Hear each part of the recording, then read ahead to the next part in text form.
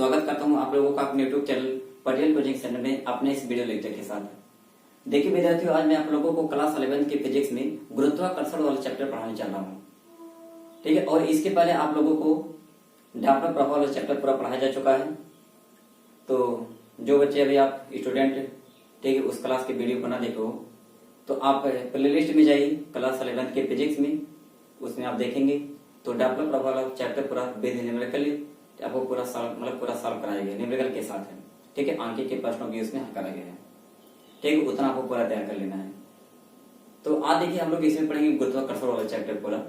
और इसमें देखिए सबसे पहली बात आती है, इसमें देखो आप किसी भी यूट्यूब चैनल से ठीक है आप ये वाला चैप्टर पढ़े हो कोई बात नहीं, पढ़े तो अच्छी बात है, लेकिन आपको हमारे इस वीडियो लेक्चर में हमारी क्लास में कुछ न कुछ आपको नया सीखने को मिलेगा। ठीक है, इतना हमारा दावा है। तो पहले वीडियो का पूरा देखिए, उसके बाद यदि आप हमारे चैनल पर नए हो, वीडियो यदि आपको अच्छा लगता है तो चैनल को तभी सब्सक्राइब करिए, इसके पहले नहीं। तो ठीक है, हम लोग स्टार्ट करते हैं। सबसे पहले रीडिंग आती है सोलर सिस्टम, सौर परिवार।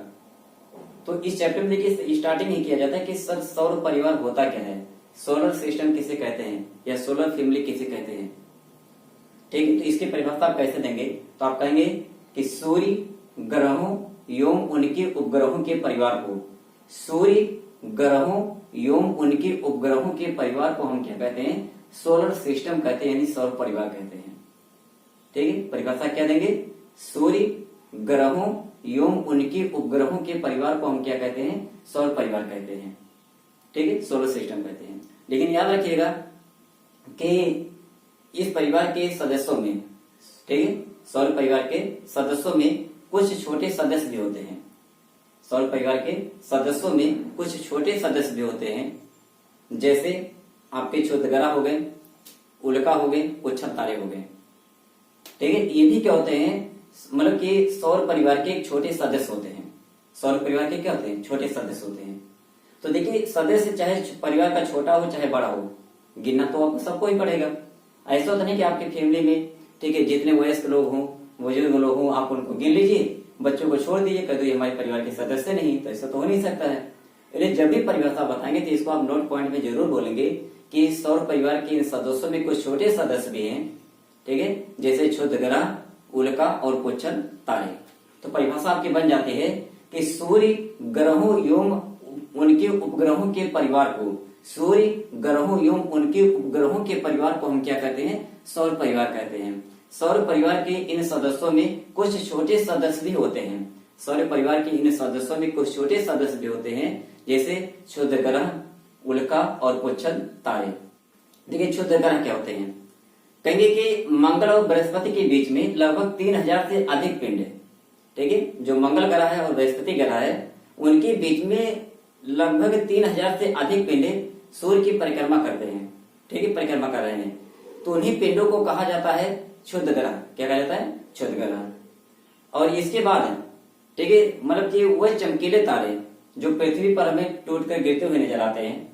ठीक है, और जो चमकीले तारे पृथ्वी पर हमें टूटकर गिरते हुए नजर आते हैं उन्हें हम क्या कहते हैं, उल्का कहते हैं। और जिन तारों में लंबी पूछे भी होती है उनको पुच्छल तारे कहते हैं।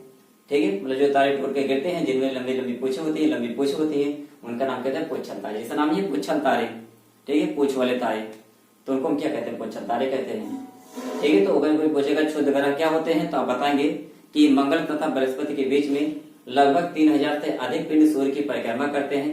ठीक है, जिन्हें हम क्या कहते हैं, क्षुद्र ग्रह कहते हैं। ठीक है, और इसके बाद कहेंगे कि उल्का क्या होते हैं, तो कहेंगे कि पृथ्वी पर टूटकर गिरने वाले चमकीले तारों को हम क्या कहते हैं, उल्का कहते हैं। और जिन तारों में लंबी पूछ भी होती है उन्हें हम क्या कहते हैं, पुच्छल तारे कहते हैं। ठीक है, तो इतने का आप एक बार देख लीजिए पूरा, इसकी शॉर्ट ले लीजिए, इस प्रकार से लिख दे सकते हैं। तो देखिए अगली हेडिंग आपकी है स्टार यानी तारा किसे कहते हैं। ठीक है, तो कहेंगे कि वह आकाशीय पिंड जो स्वयं ऊर्जा का स्रोत होता है, वह आकाशीय पिंड जो स्वयं ऊर्जा का स्रोत होता है। ठीक है, उससे हम क्या कहते हैं, तारा कहते हैं। वह आकाशीय पिंड जो स्वयं ऊर्जा का स्रोत होता है क्या कहलाता है, तारा कहलाता है। जैसे एग्जाम्पल में क्या बताएंगे, जैसे सूर्य एक तारा है, सूर्य क्या है, एक तारा है। तो इसमें देखिए सूर्य के बारे में कुछ जानकारियां जो हम लोग पता होनी चाहिए। ठीक है, तो उसको हम लोग यहाँ पर आगे रीड कर लेते हैं। सबसे पहले तारीख परिभाषा क्लियर है। वह आकाशीय पिंड जो स्वयं ऊर्जा का स्रोत होता है, वह आकाशीय पिंड जो स्वयं ऊर्जा का स्रोत होता है क्या कहलाता है? तारा कहलाता है। जैसे एग्जाम्पल में कह देंगे जैसे सूर्य क्या है कि तारा है। तो सूर्य के बारे में देखिए कुछ विशिष्ट जानकारियां, ठीक है। सबसे पहले सूर्य का जो व्यास है कि सूर्य का व्यास कितना है, तो कहेंगे कि देखिए लिखा है 13,90,000 किलोमीटर, 13,90,000 किलोमीटर। दूसरा था सूर्य का द्रव्यमान कितना है, सूर्य का द्रव्यमान कितना है, तो सूर्य का द्रव्यमान बताएंगे 2 गुणे 10 की घाते 30, 2 गुणे 10 की घाते 30 किलोग्राम, 2 गुणे 10 की घाते 30 किलोग्राम। अगला है सूर्य की पृथ्वी से दूरी कितनी है, सूर्य की पृथ्वी से दूरी तो 15 करोड़ किलोमीटर, 15 करोड़ किलोमीटर। अगला है सूर्य की सतह का ताप कितना है, सूर्य की सतह का ताप है तो 6000 केल्विन, 6000 क्या है? केल्विन है। तो यानी आपका पहले आपका क्या बना कि पूछा है सूर्य का व्यास कितना है, तो 13,90,000, 13,90,000 इकाई, दहाई, सैकड़ा, हजार, 10,000, लाख है, ठीक। तो 13,90,000 किलोमीटर ये हो गया सूर्य का व्यास। फिर अगला आप पाएगा सूर्य का द्रव्यमान कितना है, तो 2 गुणे 10 की घाते 30 किलोग्राम। फिर अगला आएगा पृथ्वी से सूर्य की दूरी कितनी है, 15 करोड़ किलोमीटर।